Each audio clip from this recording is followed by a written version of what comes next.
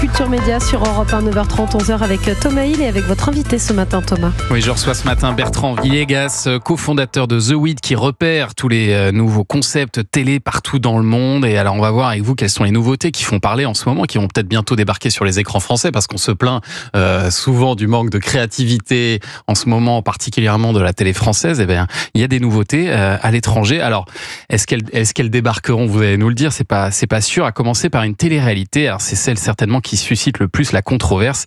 C'est une idée qui est née en Australie, qui est adaptée en ce moment en Angleterre sur Channel 4, et ça s'appelle Go Back to Where You Came From, qu'on peut traduire par Retourne d'où tu viens. Quel est le principe, Bertrand? Le principe, c'est d'essayer d'aborder le sujet des migrants sous un angle plus réaliste, faire comprendre aux gens ce que c'est que d'être un migrant. Vous critiquez les migrants, vous soutenez les migrants. Voilà ce que c'est réellement la vie d'un migrant. Donc un migrant, c'est quelqu'un qui vient d'un pays en guerre, qui doit fuir, comme la Syrie, la Somalie dans cette série. Donc c'est une sorte de c'est une télé-réalité ou alors un documentaire expérimental où on prend des gens, une petite équipe de 5-6 personnes qui ont des opinions variées sur le sujet, qui trouvent soit qu'il y a trop de migrants, soit qu'il faut les aider, les comprendre, etc.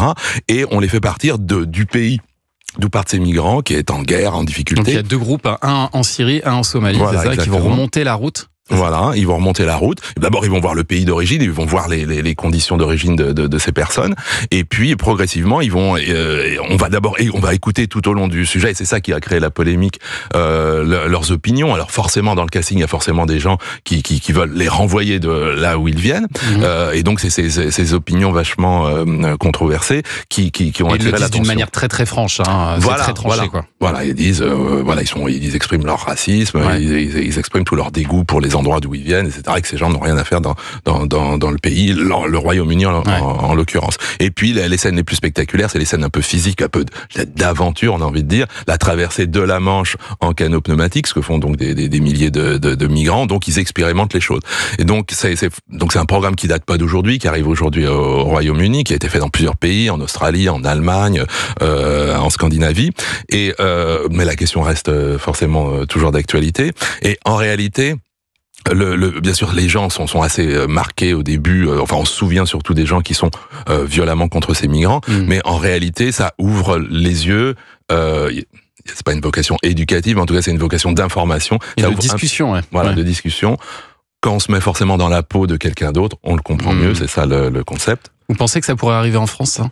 Non, non, parce que je pense que c'est un concept qui existe depuis une dizaine d'années. Et s'il avait dû arriver, il serait arrivé à cette époque-là.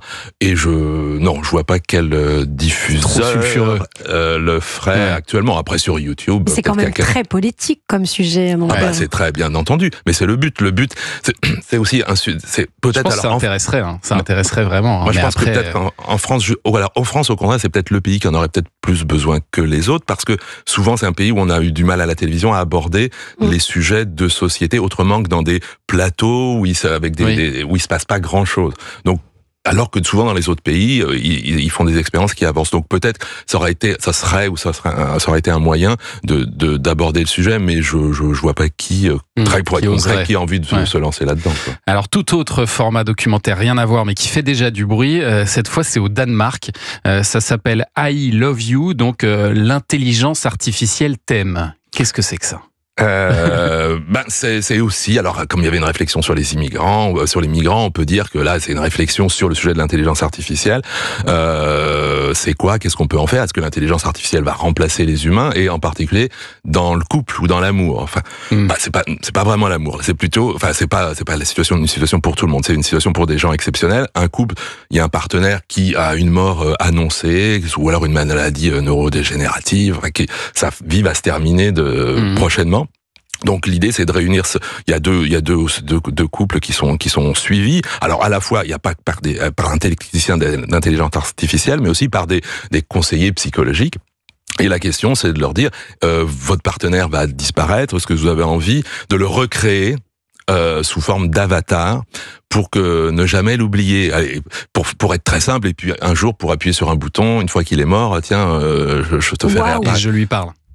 Je lui parle. Alors, je lui parle, c'est vrai que c'est intéressant parce que c'est bien sûr, la représentation physique, à la limite, on peut la voir en vidéo et tout ça, mais je pense que si vous êtes dans un couple ou ça, la voix, c'est quelque chose de super important. Donc, et ce qui se fait bien, en fait, en intelligence artificielle, c'est la voix. Les voix sont bien recréées actuellement. Et donc, on garde sa voix.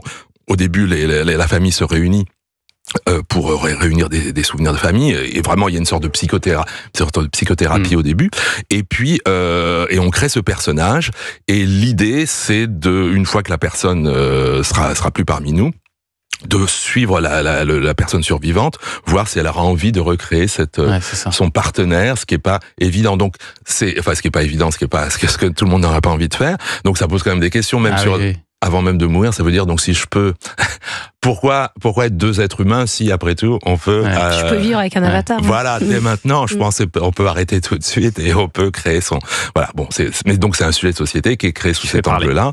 On est quand même sur des jeux très philosophiques, dans les nouveautés. Alors il y a aussi beaucoup de nouveaux jeux d'aventure, j'ai vu ça, dont une idée américaine, moi, que je trouve particulièrement intéressante. Ça, je pense que ça peut arriver en France. Ça s'appelle Extracted. Voilà, et comme disait Jean-Luc Lemoyne. Voilà. Mon mentor. C'est un jeu aussi, les gens sont pas très propres et ils se lavent pas beaucoup, ce jeu d'aventure Extracted. Donc là, l'idée, alors c'est un petit peu, c'est un jeu d'aventure qui rajoute la composante familiale, la dynamique familiale. Ouais. C'est-à-dire, donc, c'est une douzaine c'est 12 personnes qui sont envoyées vraiment au fin fond de la nature, au Canada, dans des conditions, c'est pas des spécialistes de la survie. Et ils sont lâchés là. Le but, c'est de survivre, comme on le voit dans d'autres jeux d'aventure. Simplement, ils sont observés en studio, en direct, par leur famille. Et la famille, la question qu'elle se pose, c'est jusqu'où je laisse le membre de ma famille galérer dans des conditions auxquelles il n'est pas habitué pour gagner de l'argent, parce que plus je le laisse longtemps plus sa cagnotte augmente. Voilà, la cagnotte finale étant de $250,000, donc euros, donc c'est quand même une somme intéressante. Donc, il y a une partie d'aventure, le type vraiment, il est dans des conditions terribles, il a des problèmes de santé, de digestion, etc., tout ce qu'on veut, spectaculaire. Et il est tout seul, vraiment, il est juste avec une caméra. Et puis, et la famille en studio se déchire. Ah non, il faut le sortir de là. Faut pas le sortir de là. Ça lui fera du bien, ou alors. Oui, il doit y avoir des petites vengences familiales aussi. Voilà, laisse-le le plus longtemps possible. C'est une bonne idée. C'est une bonne idée. Voilà, j'ai besoin de cet argent, etc. Donc que feriez-vous de votre fille? Ça s'appelle Extracted, ça. Et alors Bertrand Villegas, il y a aussi beaucoup de formats assez intéressants autour des youtubeurs. Et globalement, ça c'est une vraie interrogation sur l'avenir pour les chaînes de télé. Les youtubeurs, ils prennent de plus en plus de place dans la consommation. Et certains qui reprennent même de vieux concepts télé et les adaptent sur YouTube. Ça se fait de plus en plus, ça. Oui, voilà, parce qu'en fait, on arrive un peu à un moment où, là, je vous parle de nouvelles idées, mais c'est vrai, vous disiez comme disait Thomas Hill en début d'émission, panne de créativité, mais c'est un peu réel. Et l'idée originale devient moins importante aujourd'hui que la personne qui l'incarne et la personne qui l'a fait. Alors qu'avant, dans la télé, ce qu'on appelle les formats, donc les émissions toutes faites, c'était souvent la machine de l'émission qui était plus importante que la personne qui l'incarne. Et donc, c'est pour ça qu'on pouvait avoir des émissions pareilles dans tous les pays. Aujourd'hui, avec ce qu'on appelle les créateurs de contenu, donc ces gens sur YouTube qui ont des communautés, qui les adorent quoi qu'ils fassent, qui les suivent quoi qu'ils fassent, qu'ils aillent au bout de l'Everest ou juste au bout de la rue. Donc, ce qui est important, c'est la communauté, le lien que ces créateurs de contenu, les influenceurs, les youtubeurs ont réussi à créer, que un animateur de télé ne crée pas, en fait, traditionnel avec les gens. Donc, aujourd'hui, ce qui compte, donc, c'est la personne qui va réinterpréter, recréer des trucs, et en particulier des jeux classiques. Donc, en Angleterre, on voit c'est un jeu qu'on connaît, c'est des jeux qu'on connaît pas en Angleterre, mais en France, mais par exemple, il y a un jeu qui se passe dans un supermarché qui est un vrai classique, qui est refait par une bande de youtubeurs. Donc forcément, donc c'est des réinterprétations de classiques. Mais je cite pas que Jean-Luc Lemoyne, je citerai Squeezie, qui est un YouTuber aussi. Il avait dit il y a un an ou deux quelque chose d'assez intéressant dans Télérama. Il a dit, en fait, nous, on fait juste de la télé génération 2, 2.0. On fait la télé d'il y a 30 ans, mais on l'a fait différemment. Donc c'est un peu ce qui se passe. Bon, et puis il y a aussi des formats français, faut le dire aussi, des formats français qui s'exportent bien à l'étranger. Oui, dont un en particulier. C'est les rencontres du papotin, c'est assez remarquable, qui se vendent dans plein de pays, et au Royaume-Uni notamment prochainement, et c'est donc des pays durs de pénétrer. Et Sur les derniers mois, ils se sont vendus autant que dans The Floor, le jeu le jeu de Cyril Ferraud, ouais. Voilà, qui est le jeu qui se vend le plus dans le monde.